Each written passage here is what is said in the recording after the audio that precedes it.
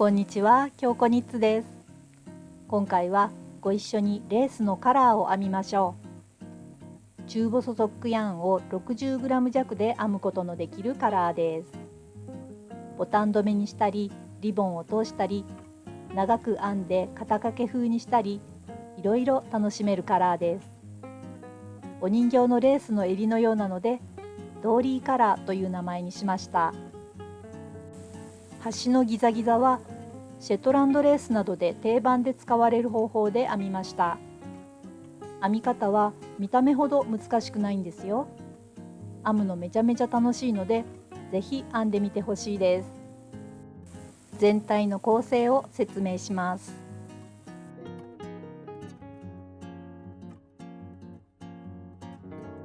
ここが作り目です。作り目をしてずっと往復に編みます。この今囲まれている部分の模様を繰り返して編みます。首に沿う側には大きめの穴を作っていくので、ここにリボンなどを通すことができます。全体がガーター編みになっているので、裏表がない編み地です。ずっと往復に編んで、ここが編み終わり。編み終わりは伏せ止めします。今回模様をだいたい円になるまで繰り返して編んでいます。サイズはこんな感じです。糸と用具の説明をしていきます。糸は中細糸を約 56g、224メートルほど使います。今回このサンプルはオパールユニで編んでいます。針は日本サイズ6号または海外サイズ 4.0mm の棒針です。60センチか80センチくらいの輪針でも編めます。私は今回輪針で編みました。中細糸を編むには少し太めの針だと思います。今回アイレットを大きくしたいのとゆったり編みたいので、このサイズの針を使いました。あと使うものは目数マーカーを1つ。これは編み慣れている方は使わなくても大丈夫です。それからこのカラーはブロッキングまたは成形と呼ばれる形を整える作業が必要です。今回はウェットブロッキングの方法をさらっとお見せします。必要な用具もその時ご紹介しますね。難しそうに見えるかもしれませんが、やり方がわかるとそれほど難しくなく、満足のいく出来上がりになると思います。ではご一緒に編んでみましょう。それでは編んでいきましょう。わかりやすいように明るい色の糸を使いますね。お好みの方法で緩めに30目作り目します。私は編み進む作り目の方法を使いますね。まずスリップノットを作って針を通します。これが1目目になりますね。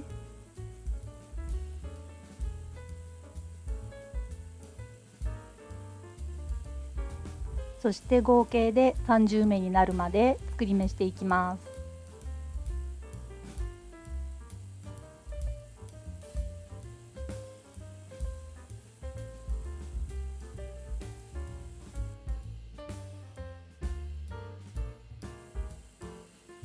これで2目目、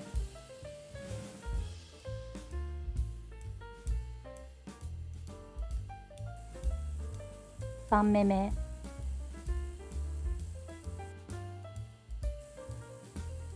4、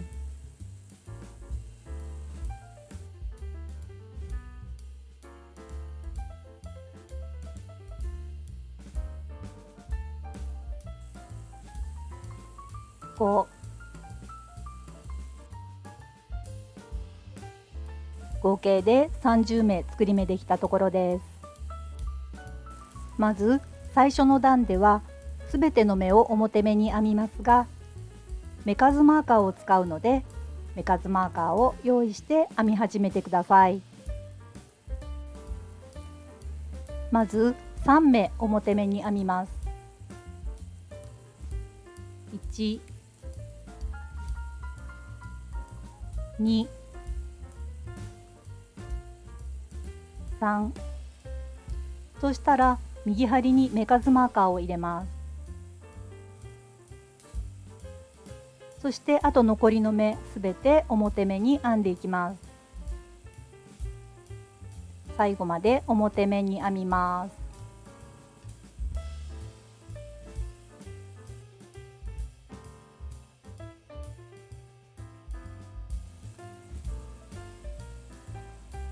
最後まで表目に編めたところです。そしてこの編み地を返して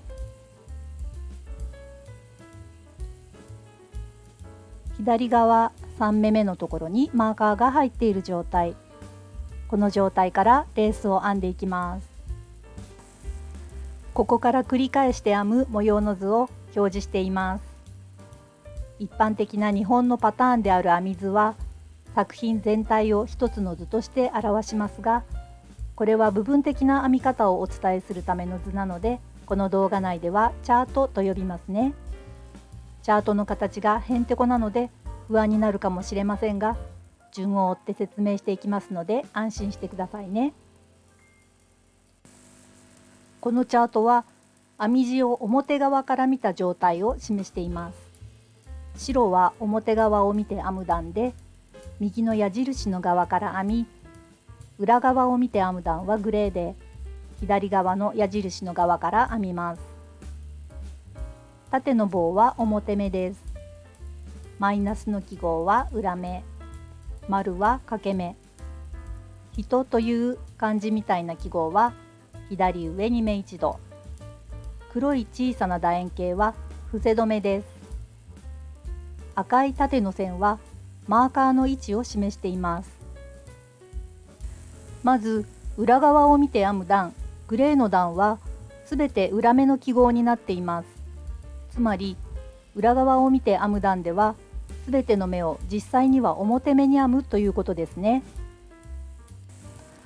今黄色い四角で示しているチャートが欠けている部分は襟元の大きなアイレットになります。段1から8では端の3目を編まないで残したまま往復に編みます。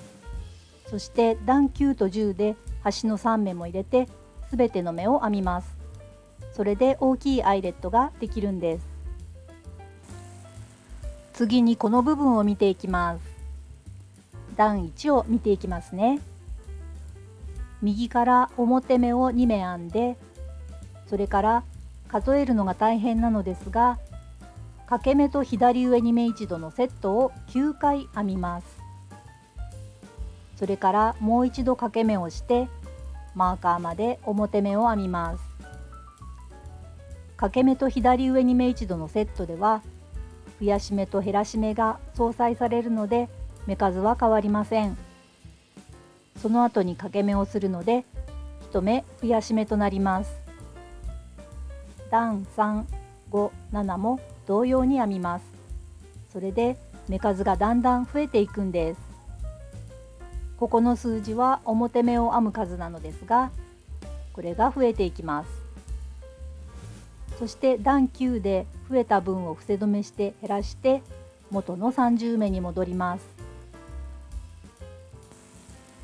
この説明だけで理解しろっていうのは無理だと思うので、実際に編んでみますね。実際に編んだ方が分かりやすいと思います。まずチャートが大きすぎるので、できる限り省略したチャートを表示します。偶数段はずっと表目を編むので省略しました。それから赤いマーカーの手前の表目を編む数の部分も数字のみにしました。分かりやすいように白と水色のしましまにしました。もし元のチャートが見たい場合はスクリーンショットしたり別ウィンドウで見たりしてください。段1を編んでいきます。全部で30目ある状態で編み始めます。まず表目を2目、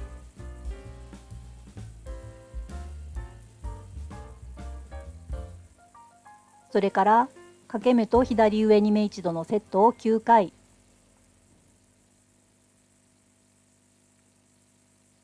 1セット、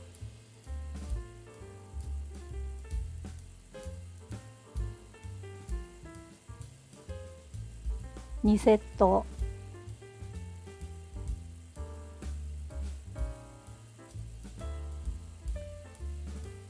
3セット、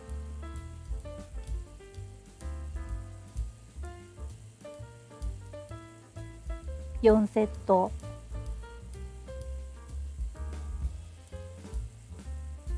5セット、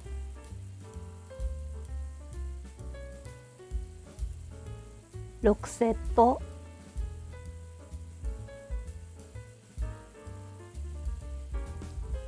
7セット、8セット、9セット。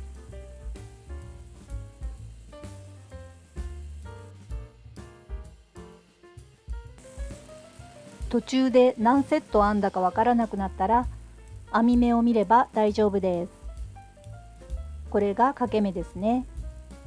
この斜めになっているのが掛け目になります。これを数えれば何セット編んだかわかりますね。今何セット編んだか数えてみます。1、2、3、4、5、6、7、8、9、9セット編めています。そしたら掛け目をもう一度して、そしてマーカーまで表目を編みます。表目は斜めになっています。マーカーまで表編めました。そしたらここで編み地を返します。マーカーを落とさないように気をつけて編み地を返します。そして裏を見て編む段ではすべての目を表目に編みます。最後まで表目に編みます。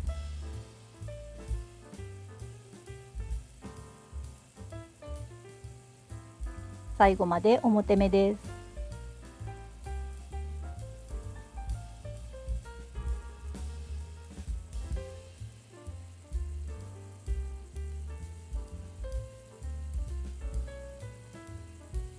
最後まで表目に編みます。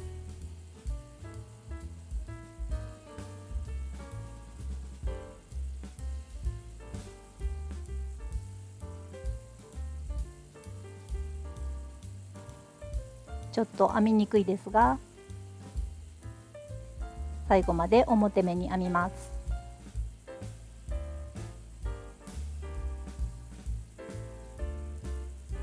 編めました。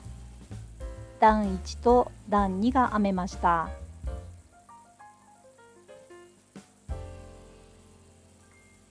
編み地を返して次は段3を編みます。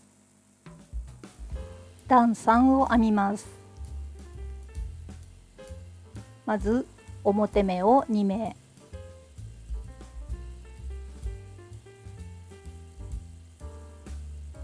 そして掛け目と左上2目一度のセットを9回、1セット、2セット、3セット、4セット、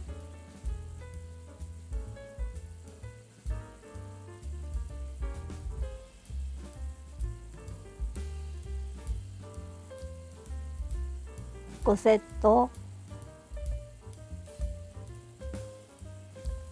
6セット、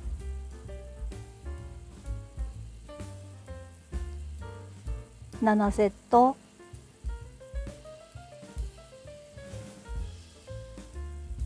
8セット、9セット、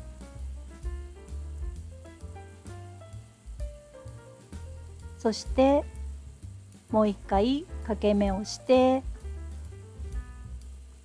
マーカーまで表目です。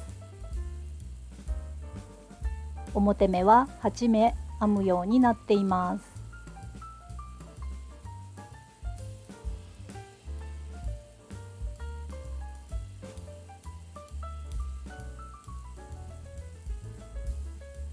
編めました。そしたらマーカーを落とさないように気をつけて編み地を返します。そして段4になります。ずっと表目を編みます。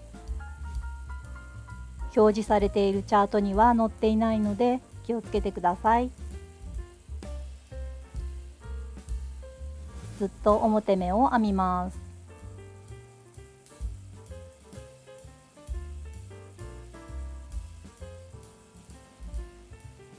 すべての目を表目に編み終わったところです。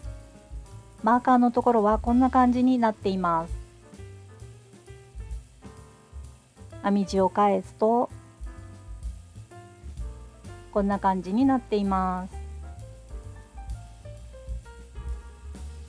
アイレットが見えていますね。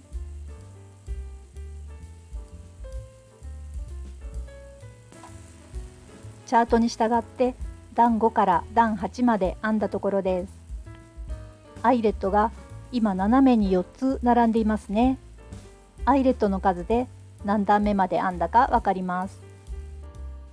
マーカーのところ大きな穴が開いているのわかりますね。これが襟元の大きなアイレットになっていきます。では次段9を編んでいきます。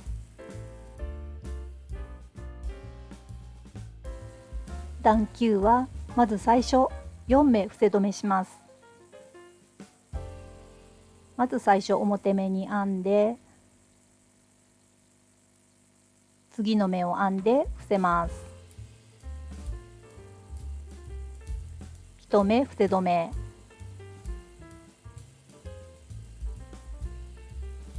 2目、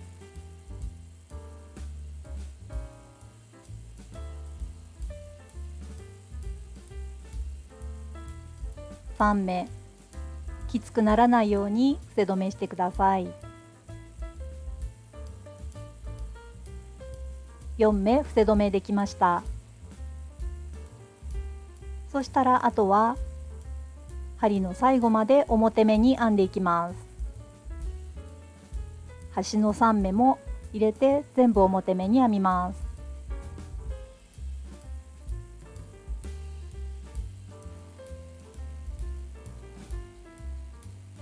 あともう少しでマーカーというところまで表目を編んできました。マーカーまで来たらマーカーは移動して残りの3目も表目に編みます。編めました。段9が編めました。アイレットができましたね。そして編み地を返して段10はずっと表目に編みます。最後まで表目です。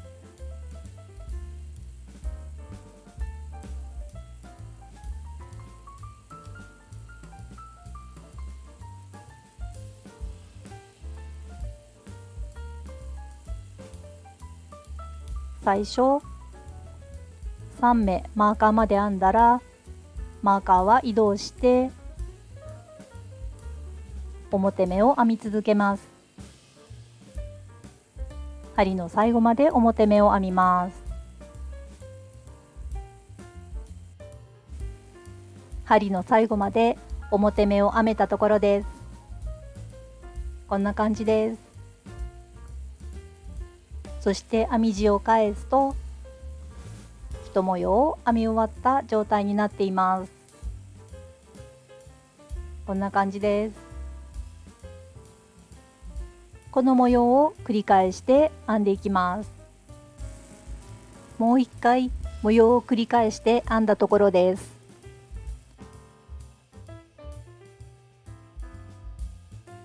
2回目の模様の段1のアイレットはここです。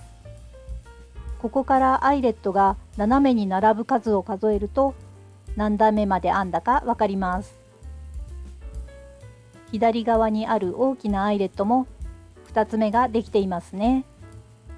カラーが好みの長さになるまで模様を繰り返して編んでいってください。編み方の実演にタイムスタンプをつけておくので、必要に応じて繰り返し見てくださいね。カラーをこのようにだいたい円形にするには合計で40回このチャートを繰り返して編みます。お好みに応じて増やしたり減らしたりしてみてください。編み終わったら最後はすべての目を伏せ止めします。今このサンプルが編み終わったとして伏せ止めの実演をしていきますね。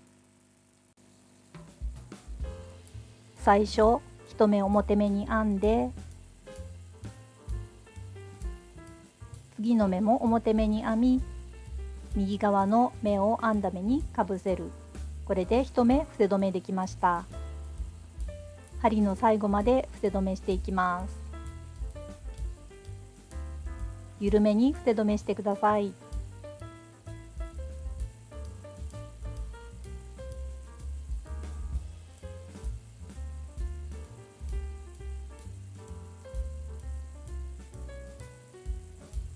かぎ針の方がやりやすいという場合はかぎ針を使って伏せ止めしてください。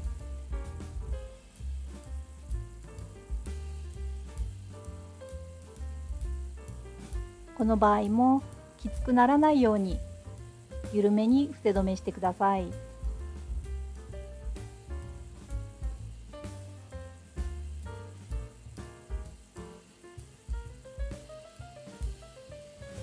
すべての目を伏せ止めしていきます。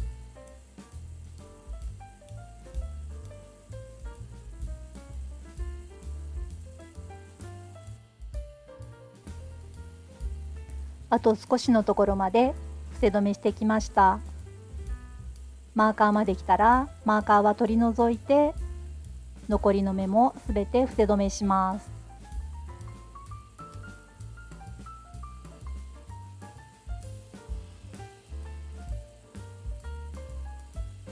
できました。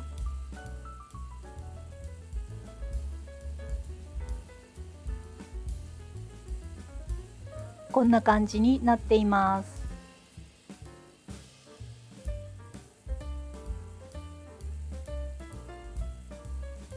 そしたら糸端を少し残して糸をカットします。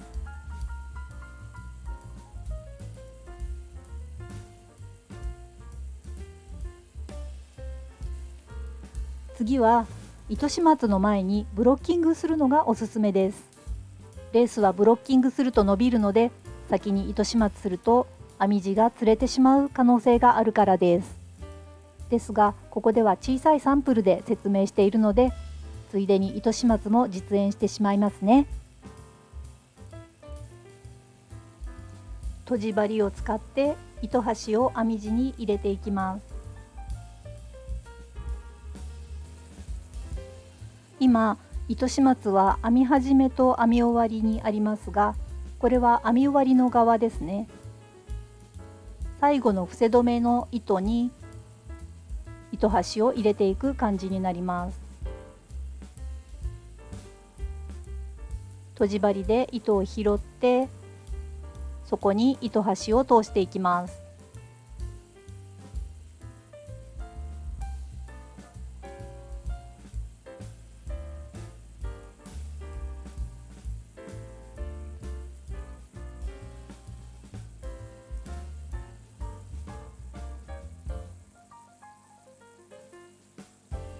きつくならないように糸を通してからよく伸ばしてやります。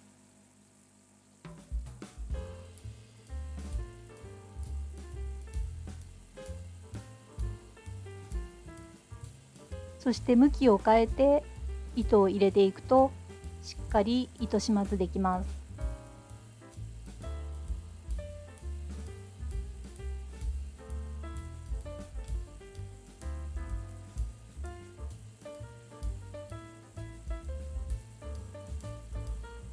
こんな感じですね。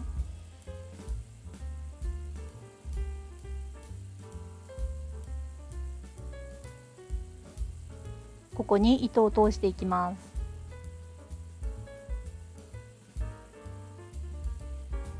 その時もきつくならないように気をつけて糸を編み地に入れていきます。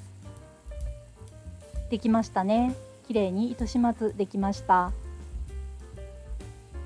こちら側も同じように糸始末してください。この作り目に沿って糸始末するといいと思います。では次、順番が糸始末と逆になってしまいましたが、ブロッキングの様子をご紹介しますね。ブロッキングの様子を紹介しますね。今回ウェットブロッキングという方法で形を整えました。こんな感じです。使うのはブロッキング用のワイヤーとピンをさせるマットです。マットはホームセンターや100均で買える安いもので大丈夫です。ワイヤーとピンは必ず錆びないステンレス製のものを使ってくださいね。この道具の商品名を概要欄に書いておきますね。編み地に十分水を含ませてから洗濯機で脱水だけかけます。絶対に洗っちゃダメですよ。脱水だけです。ワイヤーをカラーの尖っている箇所と内側のエッジに通しています。ピンで固定して乾くまで置いておきます。